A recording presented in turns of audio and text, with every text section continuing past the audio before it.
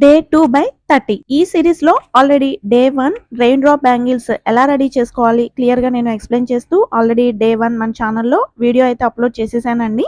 ఒకసారి వెళ్ళి చూడని వాళ్ళు చూసేయండి. నెక్స్ట్ బ్యాంగిల్ మేకింగ్ వీడియోస్ ఈ సిరీస్ లో నెక్స్ట్ 29 వీడియోస్ మీ దాకా రావాలంటే don't forget to subscribe my channel Bhargavi official. ఇప్పుడు ఈ సిరీస్ లో డే 2 వీడియో నా దగ్గర ఉన్న యూస్ చేయని బ్యాంగిల్స్ కి థ్రెడ్ వ్రాపింగ్ ఎలా చేసుకోవాలో ఇప్పుడు ఈ వీడియోలో చూసేద్దాం.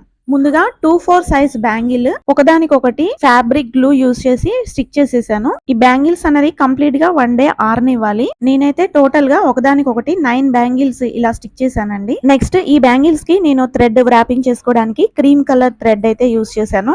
నేను ఈ బ్యాంగిల్స్ లక్ష్మీ కాసుతో కడా బ్యాంగిల్ రెడీ చేయడానికి ఇలా థ్రెడ్ వ్రాపింగ్ చేస్తున్నానండి. బట్ వీడియో లెందీగా అయిపోతుందని జస్ట్ థ్రెడ్ వ్రాపింగ్ ఒకటే డే 2 లో మీతో షేర్ చేసుకుంటున్నాను.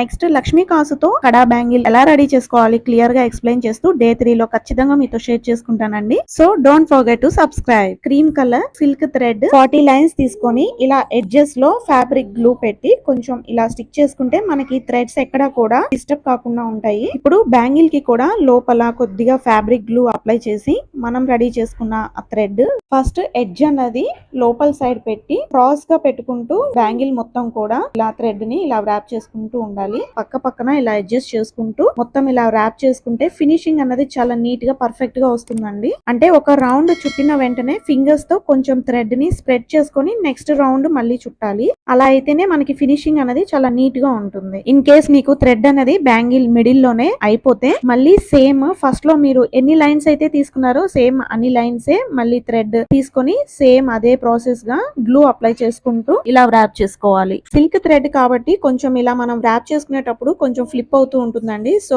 ఫింగర్స్ తో మనం థ్రెడ్ ని హోల్డ్ చేసుకుంటూ ఇలా వ్రాప్ చేసుకోవాలి. నెక్స్ట్ ఇందాక చెప్పాను కదా, ఇప్పుడు వీడియోలో చూపిస్తున్నట్టు ఫింగర్స్ తో థ్రెడ్ ని ఇలా రోల్ చేసుకోకూడదు. ఇలా థ్రెడ్ ని కొంచెం స్ప్రెడ్ చేసుకుంటూ ఇలా వ్రాప్ చేసుకోవాలి.